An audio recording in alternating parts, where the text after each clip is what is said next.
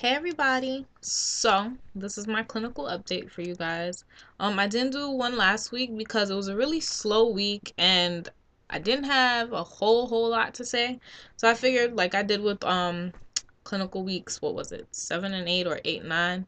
I figured I'd just combine it for you guys and see where it goes from there. Um Okay, so last week I had a patient who was 76 years old.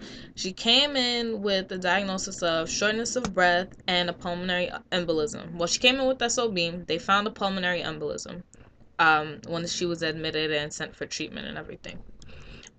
She is a stage 4, well, she was. She's a stage 4 lung cancer patient with COPD as well. She had a biopsy. When did she have her last biopsy? She had a biopsy 4 years ago and, had the cancerous part removed and everything. Um, she was pretty, like, she was really good, honestly. Let's see.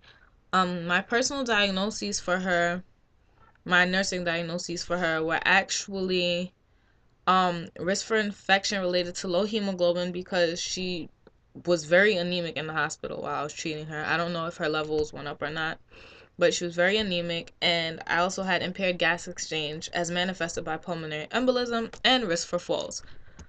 Um, she's ambulatory, like she uses a walker, but once she got on her walker, she was fine. Really, the reason I had risk for falls was, of course, because she uses a walker, she's at risk. And also because she's anemic, she's weak. She was a bit weaker than she could have been or used to be in previous years, let's say, previous months even, let's say. Um, she was a nice lady. She was real nice. She was just calm. Um I didn't have to do too much for her. I gave her meds and she washed her own self up. I made sure she had water and she pretty much, she was just calm. We talked a lot, talked about her family and her kids and her husband and ex-husband, and we did the whole chit chat thing. Um what else can I say about her? Um, I mean, yeah, last week it was really quiet. And sorry if I'm not looking directly at you guys. I'm trying to make sure that I'm getting all my information because this was last week and a lot has happened since last week. Um, I also do on my Tumblr. I've started to post my weekly clinical summaries because for my instructor, she wanted a journal every week. So I was like, you know what? Why not post it on Tumblr for those people on my Tumblr who don't necessarily watch my YouTube videos, even though they should be. They can, just kind of read my journals there and whatever the case is. It's pretty much the same thing, but I don't know. The journal, I guess, it's written out for you, You get to see all that. Um, Yeah. Oh, the hardest part about her was giving her Lovenox injection in her abdomen because her skin was really firm, really firm. Like usually I can, grab a patient's skin up pretty nicely. It was hard for her, and even my instructor noticed it. She's like, "Oh, got some tough skin there." But yeah, that was pretty much it. We spoke a lot. Oh yeah, I made her bed for her. So she washed herself up, but I made her bed and I tied her gown in the back. That was about it. Um, this week my patient was 84 and she was a whole other story. I must say, I really enjoyed clinical today. And it was tiring and I did so much and I felt like I was running up and down like a bat out of hell, but it was so much fun. And I was running off of 3 hours of sleep, so I was pretty sure I was gonna be tired the whole day. But my adrenaline was so high, I didn't feel it until I got on the bus back home. Anyway, yeah. So my patient was 84, came in with a fractured femur and a fractured shoulder. What happened was she told me she was going to her mailbox and her car was in the driveway, and she's walking along the driveway and she's trying to, kind of like shimmy past the car, and literally she just fell on her left side and fractured. And She was so bruised up and she was in so much pain. But when I say this was one of the sweetest patients I have ever had, like this woman was, she was truly a doll. I told her, I said, you're an amazing woman. I mean, not only was she in the hospital since November 30th, her husband passed away last night and she couldn't even be with him. But her children, like, they have a really strong support system from what I understand. She said they've been involving her and everything. So, that helped her. Even being in the hospital, even though she wasn't with him when he passed and she was mad about that, it helped her to kind of maintain some type of, she felt like she was a part of the preparations and everything. And I could tell she's a very independent woman. Usually, I mean, she wants to move around in the bed by herself. She wish she could, wipe herself and wash herself, but she just can't. But you can tell that's who she was. Very strong woman. My main objective today was to give her medications, and that was lots of fun because on Monday I did my skills testing, which was IV setup and sub-Q injections. Lo and behold, today in clinical, I had to do sub-Q injection for this lady. Had to give her insulin twice, once in the morning and once at lunchtime. Then I had to give her Levaquin via IV piggyback. So that was something totally new because I know how to set the IV up using, the gravity force without the pump. So I learned how to use the pump today. Did my first actual setup in the hospital. She was on a whole bunch of other meds. So I gave her all of those.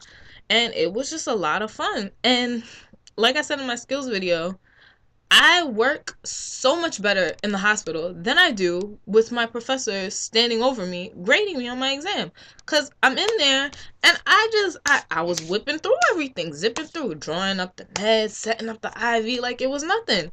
And after I left my patient's room and I went to go, tried everything I did and get my professor's initials, I was like, you see, I was like, I can do this like it's nothing. I don't know why when I'm testing, my anxiety is like on 100 trillion thousand bazillion jillion, like it's crazy. And she's like, oh no. She said, you're a great nurse. She said, I know you can do it.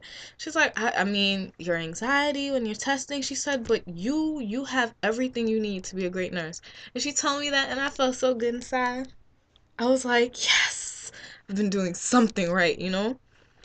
But yeah. Oh, did I mention I had to do all of this with her family around? First it was her daughter. Then it was her daughter and her nephew. Then it was her daughter, her nephew, and her other daughter. Then it was her daughter, her nephew. It was both her daughters, her nephew, and I'm guessing a family friend or maybe her sister. And still, like nothing. Of course, I provided privacy, but she wanted her friend. She didn't mind if her friend stayed in the room while she got her injection or whatever. And like it's nothing. Boop, boop, boop, boop. It was done. Provided her with hygiene, and for that I asked one of my friends to assist me because turning a patient with any type of fracture, it's really not something you should do on your own. I mean, I don't want to say I don't care how skilled anyone is. I'm sure there are nurses out there who are very skilled and who may just be able to do that on their own.